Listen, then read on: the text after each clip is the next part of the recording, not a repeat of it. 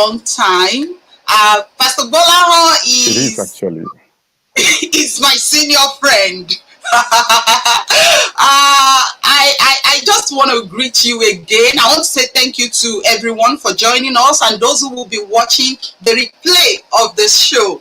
I intend bringing my children also to give them a shout out. I'm sure they are not ready. Maybe when they are ready, they are going to join us in the studio as well. So I really want to say a big thank you to everyone watching, and I want to say thank you, Pastor Gbolahan, for giving this time to God to join us on the show today to discuss this powerful message. It's a You know, pleasure. I really want to say a big thank you. So let me quickly You're tell welcome. you a bit about Pastor Gbolahan. So Pastor Gbolahan is a man of God. He was born in Oyo State, and he attended most of his elementary and high school in Ibadan, and he proceeded to Babcock University, where I actually met him as my senior friend and a mentor. Pastor Bola is someone we run to when we run into trouble. So it's a pleasure. He's a pastor and he's a teacher. He's going to be sharing with us today. And I want him to greet the people. Pastor Bola, please say hello to the viewers. Yes. Hello, everyone. I am glad to be here, and I pray the Lord will lead in the discussion. Amen. Amen. Thank you so much, Pastor Bola. So, a lot is going on in the family. And, when we see that things are going wrong in the society, we need to look into the family. And that's one of the vision that God gave us here. So, my first question to you will be, what are those family values that we have in those days that is really missing today in families? Thank you, my host. It's a pleasure that our long relationship God still kept till now. And along with that, the relationship of a home, there's something I want you to notice. God originated marriages. So, if we have a home without God, the home will definitely not stand. So, despite that, Christian homes also have problems. What is the problem then? The problem is when you are a professed Christian, but not an active Christian. It is bound to have a problem. In the home, you remember, values are vital.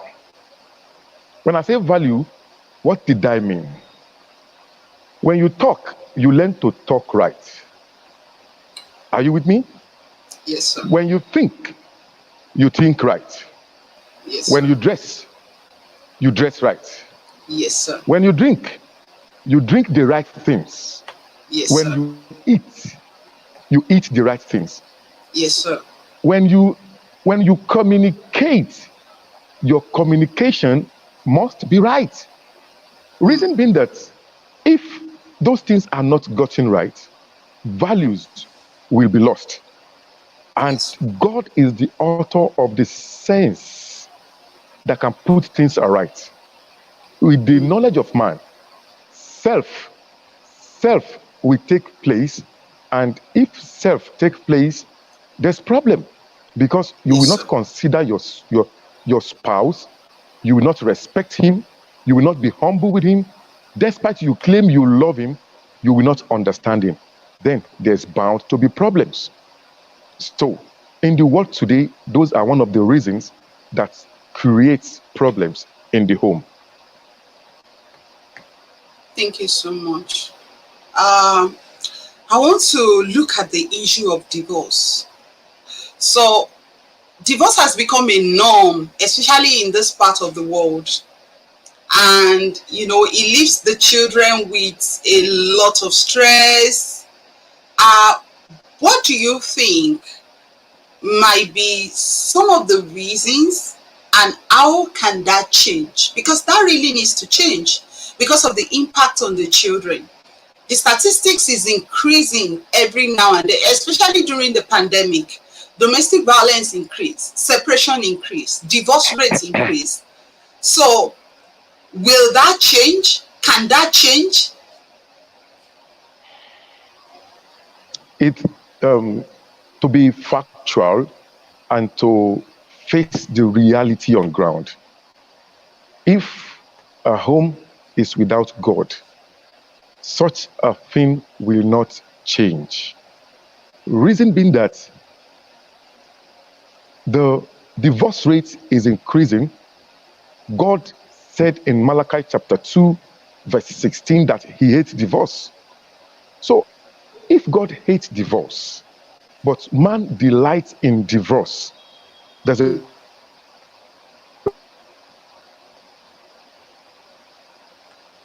marriage. The author of marriage did not plan divorce along with it. But because of the problem of man, the problem of man brought about divorce.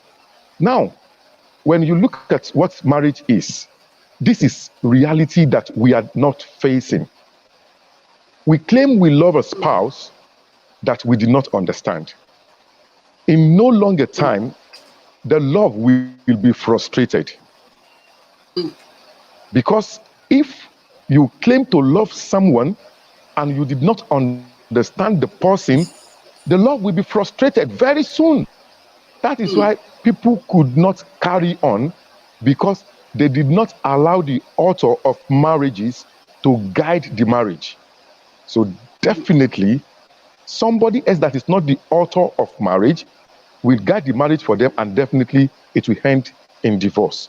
So my candid advice is, for the sake of ourselves, for the sake of our children, learn and intentionally learn to understand your spouse. When you do that, it will help you to carry on in your marriage. So money will not be your problem, job will not be your problem. Your problem will be solved in understanding one another. So then you can carry on. I think that is what I have for that, so we can proceed. Okay, thank you so much. So what I'm understanding is there is a need for couples to really get to a point of understanding one another, because actually when we look at it, we see quite a number of people that we call unbelievers having good homes, having good marriages. Jezebel is one of those people, apart from the woman of Proverbs 31. So understanding is also very, very key as we are Christians, as Very key. for anyone who is watching, who is not even a Christian, is essential for you to come to an understanding, a point of real understanding of your spouse, so that you can shield your children. Thank you, Pastor. So the next thing I want to look at here is when the home is hot, children suffer, and they know. Recently, I was in a group and some women were talking, and they have this problem, and someone said they should tell the children. So I'm like, why do you want to involve your children in your own issue? They have their own lives. They have their own issue. Why do you want to add to their stress? Do you think it's essential for parents to expose their, children to whatever is going on between them? And how can couple actually shield their children? Because we don't want to lie, there will always be issues to solve in homes. We just don't want something that will escalate. But how can children be protected even when couples have, few challenges, maybe financial challenges, and, one of the party is tired? How can the children be shielded from the impacts?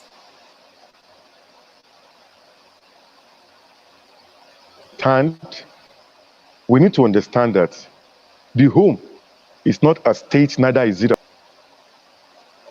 Understand that the effect of what we do is played out on our children. And knowing fully Yes. well that those children are innocent of our actions, they were not the authors of what we are doing.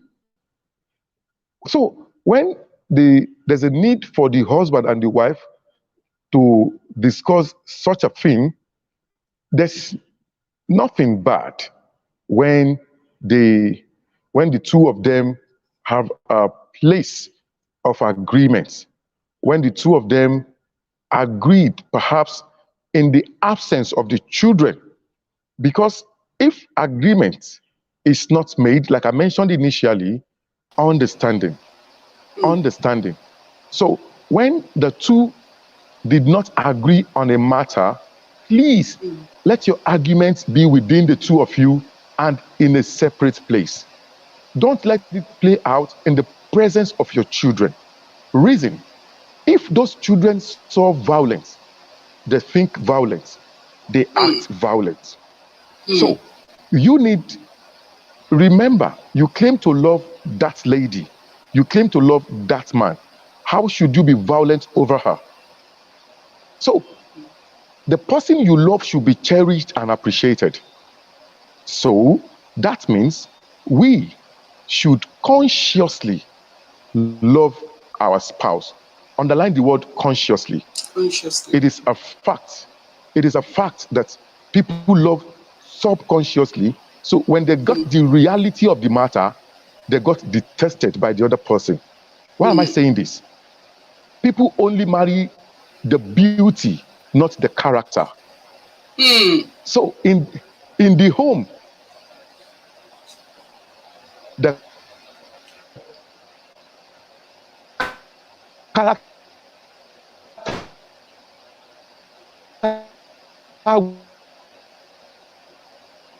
will now play out again that we need to marry a whole being. We need to marry a whole being. The whole being now is marrying the woman beauty, her character, her deformity, her love, her hate. We marry everything together with her. Then, if we have taken that from the onset, nothing will happen again. We will be able to carry on. But if we only marry the beauty, brethren, you can't carry on. If you only marry the money, you can't carry on. You will get frustrated along the line. Thank you so much, Pastor. So there is something I You're really welcome. want us to touch on something, then we'll go to core of parenting. When Okay. it comes to culture, we have the space of culture, we have the space of religion, we have the space of spirituality. Which one is the most important thing when we are raising our children? Because I've seen lots of people who told me they are not religious, they are spiritual, which is okay. However, how do we put these children in the right path? Because the Bible told us to put them in the way they should go. And I'm Yeah. sure virtually all the books, the Quran, all the books told us to train our children. So Sure. what do we do? Because when they see us, we are not doing anything. You don't go to church, you don't go to mosque, you're just there. So how do we want to align culture, spirituality, and training our children? It is a very vital thing that we as parents need to understand that children cannot be trained in a vacuum. Religion, spirituality, and culture. Let me put this straight. In the normalcy, religion and culture could have gone together. But when people abuses the value of religion, it becomes crisis. So spirituality comes through religion. So you can't take spirituality and drop the religion. That means your spirituality is a vague. So when we say religion, let us agree that we are talking the right sense of religion. Did you agree with me now? I get. So please let us get that understanding that religion and spirituality works together. Only when we are biased, we will now separate religion from spirituality. They come together. Now, let me come to the area at which religion come against culture on training of children. You see, on the sense of reality, on several occasions, religion and culture works together. They work together in the area of no culture will advise that children disobey their parents. None.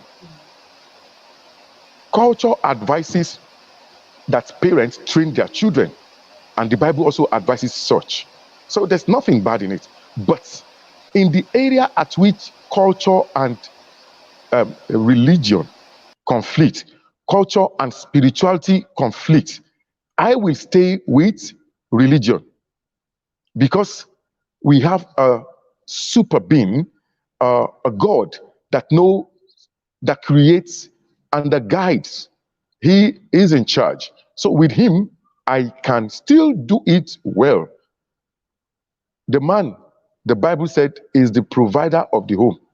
And the culture never goes against that. So why should I fight that? We should understand the fact that on several occasions, the culture and the religion works together.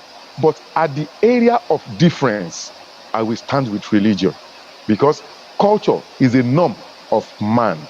Man is not complete in their reasoning and ability. God is the all sensible. I think we should give him that honor, and he has never gone wrong, and I don't think he will go wrong this time. So we are saying that when we are training our children, we should make God priority. We should allow Very, the very Spirit of much. God to lead us into whatever we Yes. want to do, and not, any other thing. And I believe something. No matter what the culture says, no matter what anything says, we should always train these children according to the pattern that God gave us and is in the Bible. Yes. And if a Muslim is in the Quran, so Yes. I think we should be led by what the books says. Let me quickly say this. Um, Parents, this goes to parents mostly. We teach our children from the scriptures. We guide them from the Bible. But there's a problem that we have. We did not act like we are talking. So to the children, it look contradictory. They True. will be confused. They will be confused at a particular time that mommy say this, is not doing it. Daddy True. said this, he's not doing it. So at the end of the day, the children will be worse than the parents, because you did not even give a standard of value to them. So we need to stand not just in gap, but live those things that we believe. It should be seen in us. It should be carried out in us. And we should be an example of those things that we know it's right. And that's very correct, sir, because we can't what we do unconsciously, because some research actually told us that those children, they form their characters and traits that we call personality through what they see in Yeah, us, because every child, sure. they have their peculiarity, but what they saw in us is what they emulate. And that's why it's essential for parents to be consistent. And it all starts from, I'm going out now, I'm coming back by 10 o'clock, make sure you come back. I'm going out, I'm going to buy something for you, make sure you buy it. And Sure. when we don't have the means, I think it's essential for us to let these children know the reason why we couldn't do it. Thank you so much, Pastor. And I think this is my last question for tonight, and it's about Okay. discovery of this children purpose. uh, I'm going to come down a bit to the Bible. So, for my viewers who are Okay. not Christians, I just want you to just learn something and pick whatever is yours from here. When Samson was going to be given birth to, when the angel came and told them, the parents, Manuel said, what should we do to this child? How should we raise this child for Samson? Yeah. The same thing to John the Baptist, the same Yeah. thing to Jesus. So these Sure. parents, actually, they were aware of who their children are and what these children will be. And that helps them to really want to learn what they should do. Okay, so for this one, we are not going to shave his beard. We're not going to give Yeah. this honey. We are not going to give this boy wine. This boy is going to live in the temple. This one Sure. is going to live in the wilderness. This one is going to serve the world. Now, Yeah. with all this, I see young men and women. All we are preparing for is the wedding day. And we are not thinking about these children. We're not thinking about what we are entering into, what is going to happen to these children. And we leave so many children confused in life. Because when I'm thinking, I'm always thinking about what is the reason behind the problems we're seeing in the world today. And I see that a lot of teenagers in their adolescent stage, they got confused and they are unable to recover even till age 60. And that's why they just do anything they want. They do whatever they want, they do anything they want. And I feel it is time for us to do something. It is time for us to make things better. What do you think? What would you love to tell young people who wants to get married now? What would you love to tell them? Because people want to get married, people want to do so many things. So what do you want to tell these people? What can they do better to make sure that we don't leave a lot of our adolescent people in confusion, so that we get it right from the beginning with these children? Thank you. Number one is training up a child. We ourselves should be God-fearing. Two, the career of a child should be allowed to play out from the child. The parents will only guide. Listen to Samson. I'm picking that from the scripture. Samson was wrongly guided. Despite God has given the link, Samson was wrongly guided and he lost it. What I'm trying to say now is that we should let our children's life play out and we guide them. We help them to realize. We help the children to realize. We help the children to be who they are supposed to be. For an example, a doctor parent will often like their children to be doctor or nurse. Our broadcaster parents will like their children to be like them. So, what if your child fell in love with being something else that you never knew about?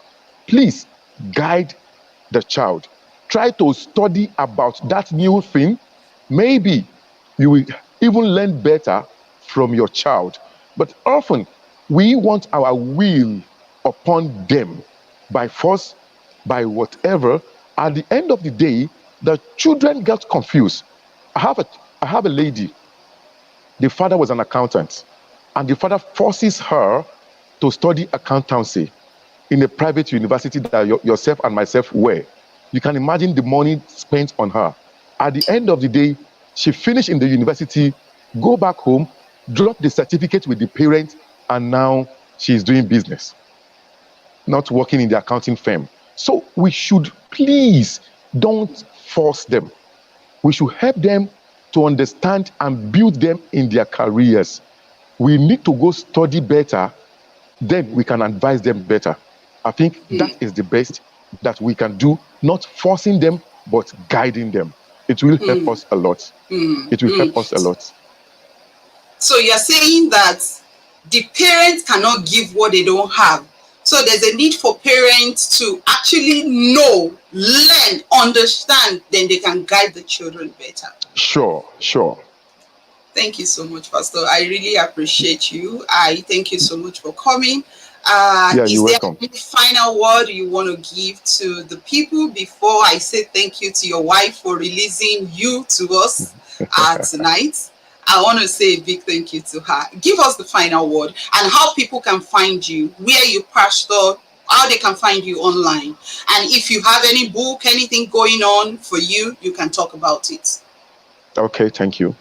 I'm Bola Belu. I see one thing as a final word is this: we as parents, for every step we take, the consciousness of our children should be in us. We should build a dynasty of right behavior from us to our children, to our generation. So we become a dynasty of people that does right.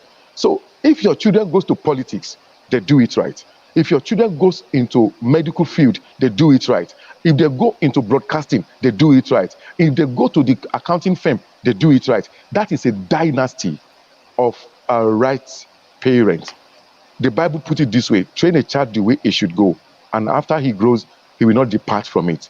It will gladden the heart of any parent to see his children or her children doing well.